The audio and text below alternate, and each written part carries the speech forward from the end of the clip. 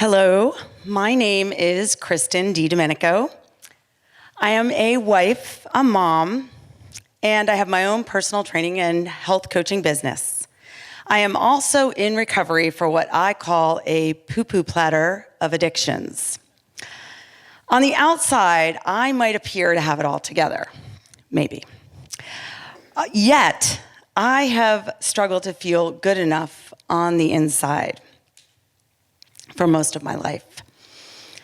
I've spent most of my life running to escape my depression, driven to be something, anything but myself. On October 19th, 2014, 14 years ago on this very Sunday, my heart stopped during a 10-mile trail race. There was no warning. Just 1 minute I was running and the next minute, lights out. Moments after I went down, runners were screaming for help, unsure of what had happened or what to do next.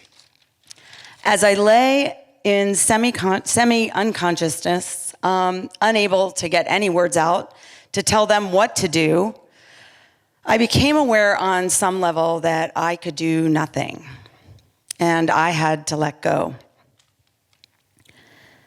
Miraculously, a doctor who happened to be running just a few minutes behind me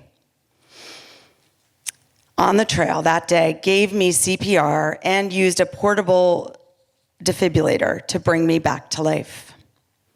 I had done hundreds of races before that fateful day. Fitness is my business, it's my passion, it's a big part of my life. But as it turns out, I had an undetected genetic heart defect.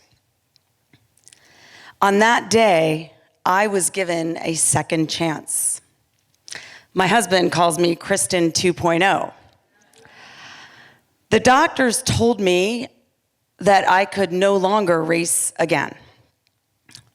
One of my life coping mechanisms was removed. I would need to work through a new set of challenges and learn a new way to live. I would need to reinvent my life, but I had done this before. At age 15, I had an abrupt end on my path to becoming an Olympic figure skater. An injury prevented me from moving on to the United States Nationals that year. And competitive skating was for me what made me feel like I was enough and lovable. When that ended, I was devastated, and yet at the same time, it felt like the weight of the world had been lifted off my shoulders. But who would I be without skating? Soon after this life shift, I was diagnosed with depression and an eating disorder. I felt alone and different.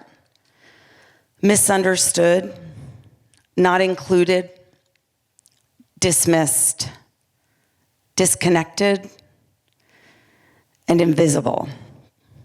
I had to do something to feel differently.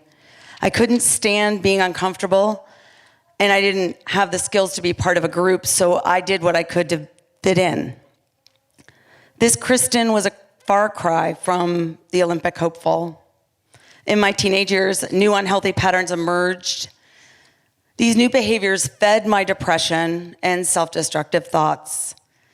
My eating disorder progressed to the point of putting my physical health in danger, but I didn't really care. My parents did what they could to try to help me. I was medicated, hospitalized, and in intensive therapy for years. This did help me to bob on top of the water. But still I struggled to match my insides to what I believed I was supposed to be on the outside. I was either on or off, like a light switch, but there was no dimmer.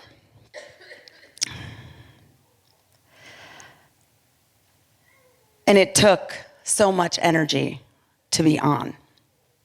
As an adult, I poured alcohol and competitive athletic training on these feelings, hoping to further dull the pain. I could manage to get through the day using workouts and staying in constant motion, knowing that that bottle of wine was waiting to be poured into my bottomless glass.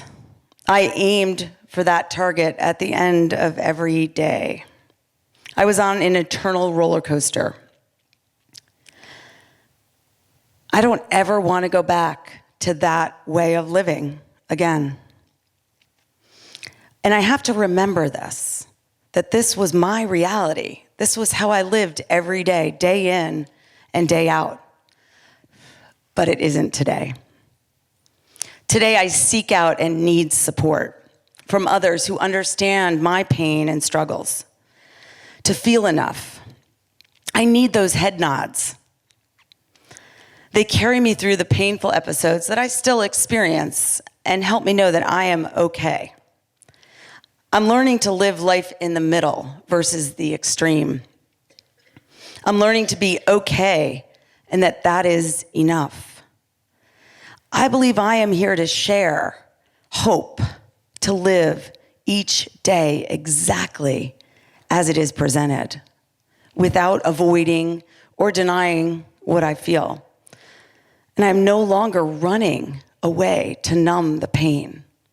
God is presenting an opportunity for me to change and grow. When I'm faced with an internal struggle, my first reaction is, no, I don't want to do this or deal with that. But I am convinced that the only way out is through. And I don't have to do it alone. My book, Dying to Be Enough, shares my journey through life, death, and recovery, in hope that it can help others walking on a similar path. As I offer support and hope through my work with clients and in my recovery groups, I healed too.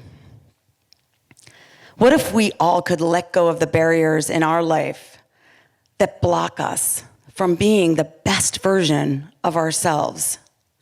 It is work, harder than any race I've ever trained for. My depression is still a part of me, and I must work on my recovery every day.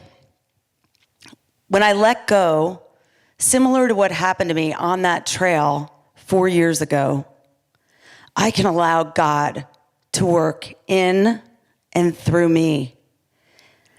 It is in this place that I heal and become lighter. Little by little, day by day, I am enough. Thank you.